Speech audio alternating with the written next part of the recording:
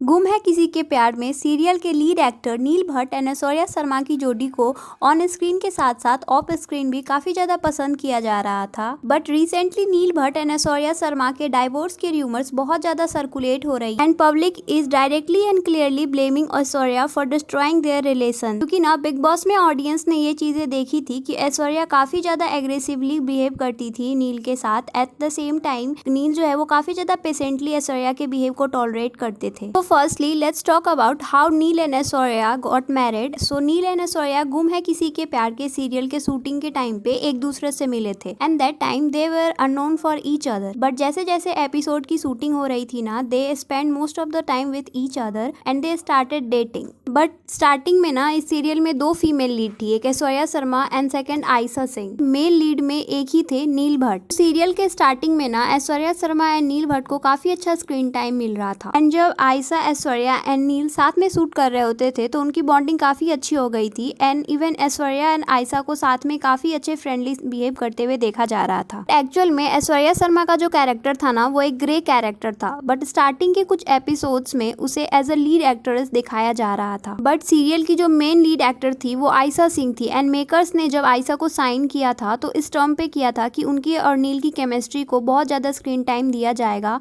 And वो female lead actress होंगी। इस चीज से आयशा को काफी ज्यादा प्रॉब्लम हो रही थी एंड उन्होंने प्रोड्यूसर से इस चीज की कंप्लेन भी की थी। आफ्टर दैट धीरे धीरे मेकर्स ने स्टोरी लाइन को शिफ्ट की एंड नील एंड आयशा के लव एंगल को दिखाया जाने लगा एंड ऐश्वर्या एज पत्रलेखा को स्लाइटली निगेटिव कैरेक्टर में शिफ्ट किया गया एंड ऐश्वर्या को ऐसा एश्योर किया गया कि आफ्टर सम एपिसोड उसे पॉजिटिव रोल में दिखाया जाएगा। जब आयशा एंड नील के लव एंगल को ज्यादा स्क्रीन टाइम मिलने लगा तो पब्लिक उसे बहुत ज्यादा पसंद करने लगी, but at the same time Aishwarya को एज अ पत्रलेखा लोग बहुत ज्यादा हेट देने लगे थे। In real life Aishwarya and Neel were dating and even दोनों ने एंगेजमेंट भी कर ली थी। सो जब भी दोनों एक दूसरे के साथ फोटोज या वीडियोस पोस्ट करते थे ना, पीपल गॉट वेरी ऑफेंडेड क्योंकि वो नील को आयशा सिंह के साथ देखना चाहते थे, not only as on screen couple but they want to see them as a real life couple also. People were not even ready to accept how Neil is dating Aishwarya, क्योंकि ऐश्वर्या का जो कैरेक्टर था ना सीरियल में वो नील के direct opposite में था। कमेंट सेक्शन में भी ना बहुत ज्यादा हेट मिलने लगा था ऐश्वर्या को, जिससे ऐश्वर्या की मेंटल हेल्थ बहुत ज्यादा खराब हो गई थी। बट सीरियल्स के मेकर्स ने उस टाइम तक भी ऐश्वर्या के कैरेक्टर को पॉजिटिव रोल में शिफ्ट नहीं किया था एंड ऐश्वर्या को ऐसा लग रहा था कि ये सारी चीजें आयशा सिंह के कहने पे हो रही है। इस वजह से उन दोनों के बीच काफी ज्यादा डिफरेंसेस आ गए थे, इवन उनके बीच वर्बल अब्यूज भी होना स्टार्ट हो गई। इवन एक टाइम पे ऐश्वर्या ने आयशा को थप्पड़ भी मार दिया था because of her aggressive nature, क्योंकि गलती से आयशा का पैर लगने की वजह से आयशा गिर गई थी। Because of all this they were not ready to shoot with each other. In other hand Neel was also in very tough situation क्योंकि उन्हें ऑन स्क्रीन एक ऐसी एक्ट्रेस के साथ रोमांस शूट करना पड़ रहा था जिसे उसकी वाइफ पसंद तक नहीं करती थी। ऐश्वर्या को इतनी ज्यादा हेट मिलने की वजह से नील एंड ऐश्वर्या के पर्सनल रिलेशन पे भी काफी ज्यादा अफेक्ट हो रहा था। सो आयशा ने वो शो क्विट कर दिया एंड सी इज एक्सपेक्टिंग कि नील भी सेम ऐसा ही करेगा। That time show was very popular, so Neel show quit नहीं करना चाह रहे थे क्योंकि उस शो की वजह से उन्हें बहुत ज्यादा पॉपुलैरिटी मिल रही थी एंड शो की टीआरपी बहुत ज्यादा हाई थी। आफ्टर सम टाइम नील ने शो के मेकर्स के सामने अपनी सैलरी बढ़ाने का प्रपोजल रखा एंड उस टाइम पे शो की टीआरपी बहुत ज्यादा कम हो गई थी and makers were not ready, so Neil ने भी शो एग्जिट कर दिया था। Now let's talk about Aishwarya's dominating nature toward Neil Bhatt. तो ऐश्वर्या का जो नेचर था ना काफी डोमिनेटिंग एंड मैन्युपुलेटिव था। वो चाहती थी कि नील को वो अपने अकॉर्डिंग रूल करे, क्योंकि जब खतरों के खिलाड़ी सीजन के लिए उसे ऑफर आया था टू पार्टिसिपेट विथ नील, सो उसने बिना नील के कंसेंट लिए ही उसे साइन कर दिया था। नॉट इवन खतरों के खिलाड़ी, बिग बॉस के टाइम पे भी उसने कुछ ऐसा ही किया था because Neel was not even ready to do Bigg Boss, क्योंकि नील का जो नेचर है ना वो काफी ज्यादा काम एंड ईजी है,